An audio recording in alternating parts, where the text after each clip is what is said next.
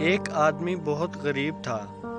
اس نے اپنی بیوی سے مشورہ کیا کہ ایک رئیس آدمی کے ہاں غلامی کی جائے۔ اس کی بیوی نے اجازت دے دی۔ اس کی بیوی نے ابھی پہلا بیٹا ہی نہیں پیدا کیا تھا کہ وہ اپنی بیوی کو بھری جوانی میں چھوڑ کر غلامی میں چلا گیا تاکہ آنے والے بچے کا مستقبل بن جائے۔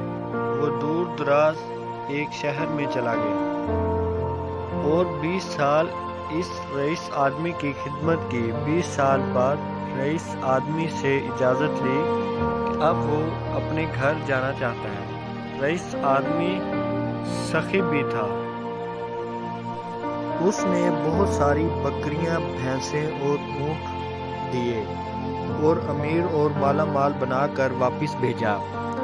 وہ واپس آ رہا تھا کہ صحرا سے گزر ہوا اور راستے میں اسے ایک جھونپڑی ملی۔ اس میں ایک درویش آدمی تھا۔ اس کے پاس رات گزاری غریب شخص نے رات کو درویش آدمی سے گزارش کی کہ وہ اسے نصیحت کرے۔ درویش آدمی نے کہا کہ میں نصیحت کر تو دوں لیکن نصیحت کرنے کی قیمت وصول کرتا ہوں۔ اس شخص نے قیمت پوچھی، کہا کہ ہر نصیحت کے بدلے ایک ہوں۔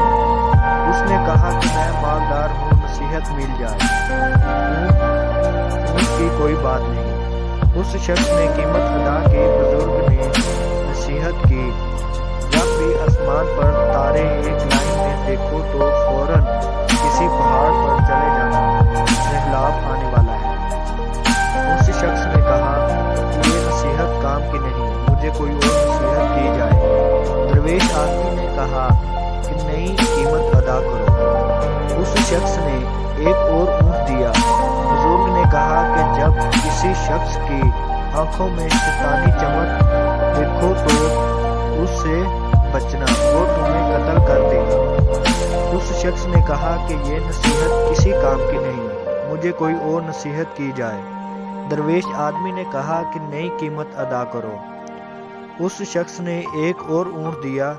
بزرگ نے پھر نصیحت کی کہ رات کو پچھتا کر سو جانا لیکن کبھی کسی انسان کا قتل نہ کرنا۔ اس شخص نے سوچا کہ 3 اونٹ ضائع ہو گئے ہیں اور چپ کر کے سو گیا۔ صبح وہ چل دیا۔ سفر لمبا ہونے اور کئی دن سفر ہونے کی وجہ سے وہ 3 نصیحتیں بھول گیا۔ وہ ایک رات ایک گاؤں میں پہنچتا ہے اور رات کو جب سونے لگتا ہے تو آسمانوں پر دیکھتا ہے کہ تمام ستارے ایک لائن میں آ گئے ہیں۔ اس کو درویش آدمی کی نصیحت یاد آ جاتی ہے۔ وہ شور مچاتا ہے، گاؤں والوں کو پہاڑ پر چلے جاؤ، سیلاب آنے والا ہے۔ لوگ اس کا مذاق اڑاتے ہیں۔ وہ اپنا مال کھول کر پہاڑ پر چلے جاتا ہے اور سو جاتا ہے۔ صبح اٹھتا ہے تو دیکھتا ہے کہ نیچے سیلاب آ گیا ہے اور سارے گاؤں والے غرق ہو گئے ہیں۔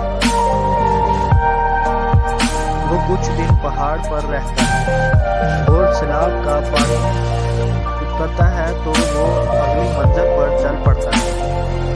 ایک اور گاؤں میں وہ جاتا ہے۔ ایک شخص کے گھر قیام کرتا ہے جو کہ باتیں کرنے میں بہت ہی اچھا معلوم ہوتا ہے، لیکن اس کی آنکھوں میں وہی شیطانی چمک دیکھ کر چونک جاتا ہے۔ بزرگ کی نصیحت اسے یاد آتی ہے۔ رات کو وہ اسی کشمکش میں اسے نیند نہیں آتی۔ وہ اٹھتا ہے اور بستر کو اسی انداز میں پھیلا دیا کہ معلوم ہو تاکہ کوئی سویا ہوا ہے۔ وہ آدمی آیا، اس کے ہاتھوں میں خنجر دیکھ کر وہ پریشان ہوا۔ وہ آیا اور بستر پر خنجر مارنا شروع کر دیے۔ یہ آیا اور اس کو پیچھے سے پکڑ کر مارنا شروع کر دیا اور اسے باندھ دیا۔ آخر کار وہ رات کو اپنے گاؤں میں پہنچتا ہے اور اپنے گھر کے پاس پہنچ کر دیکھتا ہے کہ گھر میں اس کی بیوی کسی نوجوان کے ساتھ والی چارپائی پر سوئی پڑی ہے۔ اس آدمی کو غصہ آ جاتا ہے اور دل میں خیال آتا ہے کہ اس نوجوان کو قتل کر دوں۔ جیسے ہی وہ ارادہ کرتا ہے اسے اس درویش آدمی کی یاد آ جاتی ہے کہ کبھی بھی قتل کر کے نہ سونا، پچھتا کر سو جانا۔ وہ سوچتا ہے کہ پہلی نصیحت کام کر گئی، دوسری نصیحت کام کر گئی، دوسری نصیحت نے بھی کام کیا، لہٰذا وہ گاؤں سے باہر آ جاتا ہے۔ صبح ہوئی کہ دل میں خیال آیا کہ گاؤں والوں سے اپنا حال دریافت کروں۔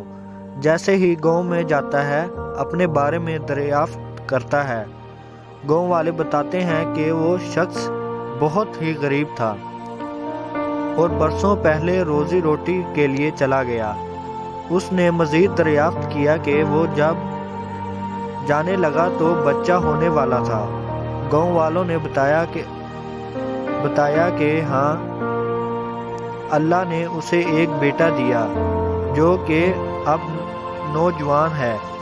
اس کے ذہن میں آیا کہ جو رات کو نوجوان تھا وہ میرا ہی بیٹا تھا جسے قتل کرنے کا خیال اس کے دل میں آیا تھا۔ وہ گھر گیا اور بیوی اور بیٹے سے ملاقات کی۔